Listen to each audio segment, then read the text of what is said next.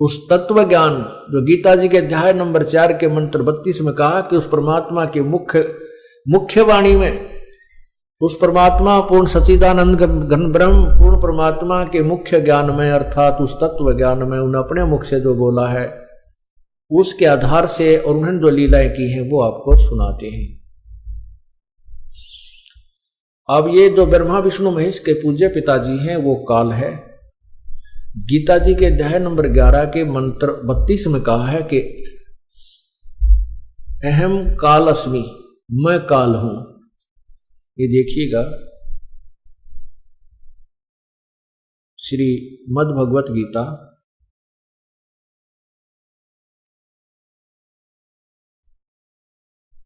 और इसके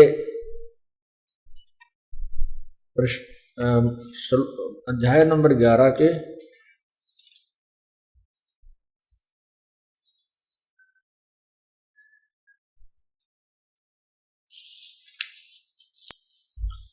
बत्तीस में ये देखिएगा, अध्याय नंबर 11 और इसके नीचे देखिएगा श्लोक नंबर 32। ये है श्लोक नंबर 32। अब क्या कहता है, काले अस्मि लोक अक्षकृत क्षयकृत प्रवर्तः लोकान समाहर्तुम इह प्रवर्तः ऋगे अपि ऋते अपि त्वाम न भविष्यन्ति सर्वे ये अवस्थिता। क्या लिखा है कि लोकों का नाश करने वाला बड़ा हुआ काल हूं, काल अस्मि, काल हूं, इसमें इन लोगों को नष्ट करने के लिए प्रवृत्त हुआ हूं। जो प्रतिपक्ष की सेना में सतित योद्धा लोग हैं वो तो युद्ध ना करेगा तो भी नहीं रहेंगे, वे सब तेरे बिना भी नहीं रहेंगे, अर्थात तेरे युद्ध ना करने से भी इन सब का नाश हो जाएगा। अब ये अर्जुन कह रहा है 11वें अध्याय के 21वें श्लोक में क्या बताता है,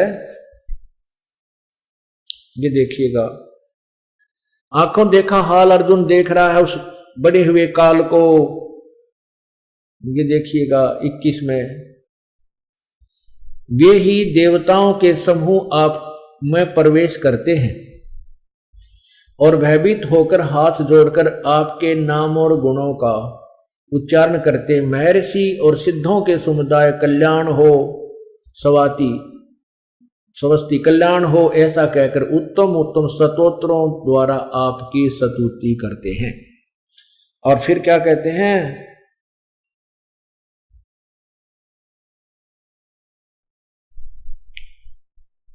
अब क्या बताता है अर्जुन के, हे परमात्मा ये सिद्ध देवता ऋषि महर्षि ये देवताओं लोग भी को भी आप खा रहे हो, इन सिद्धों और महर्षियों को भी आप खा रहे हो, आपके मुख में प्रवेश कर रहे हैं।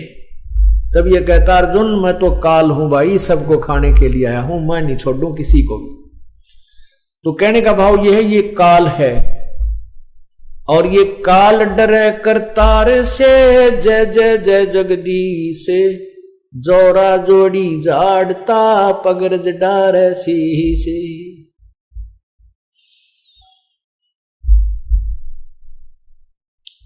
कि वो काल जो है, ये काल उस जगदीश से डरता है, पूर्ण परमात्मा से घबराता है, डरता है, और वो जय जय जय जगदीश उसकी जय जयकार करता रहता पूर्ण परमात्मा की। और ये मृत्यु जो अकाल मृत्यु आ जाती है जिसको अचानक मार देता है, ये परमात्मा उस अपने सच्चे श्रद्धालु भक्त की नहीं होने देता, उस मृत्यु को नहीं आने देता, ये जीवन को एक्सटेंड कर देता है, ये लाइफ एक्सटेंड कर देता है परमात्मा, जीवन वृद्धि कर देता है, ये वो परमात्मा है। और कोई भगवान भी जीवन के श्वासों को घटा बढ़ा नहीं कर सकता। मासा घटे न तिल बध विद न लिखे जो लेख, साचा सतगुरु मेट कर ऊपर मारे मेख। मेख मारे माने परमानेंटली खत्म कर देता है उस मृत्यु को। कर्म, बुरे कर्मों के संस्कारों को समाप्त करके साचा सतगुरु पूर्ण परमात्मा का जो संत है उस प्रभु की शक्ति से ही उसको नष्ट कर देता है और बुरे संस्कार समाप्त कर देता है। मासा घटे न तिल बधे, विद ना लिखे जो लेख। जो संस्कारवश प्रारब्ध में जो भी आपके लिखे गए हैं संस्कार, जो आपके कर्मानुसार हैं, वो अन्य परमात्माओं की पूजा से, अन्य देवताओं की पूजा से समाप्त नहीं होते, उनमें कोई परिवर्तन नहीं होता।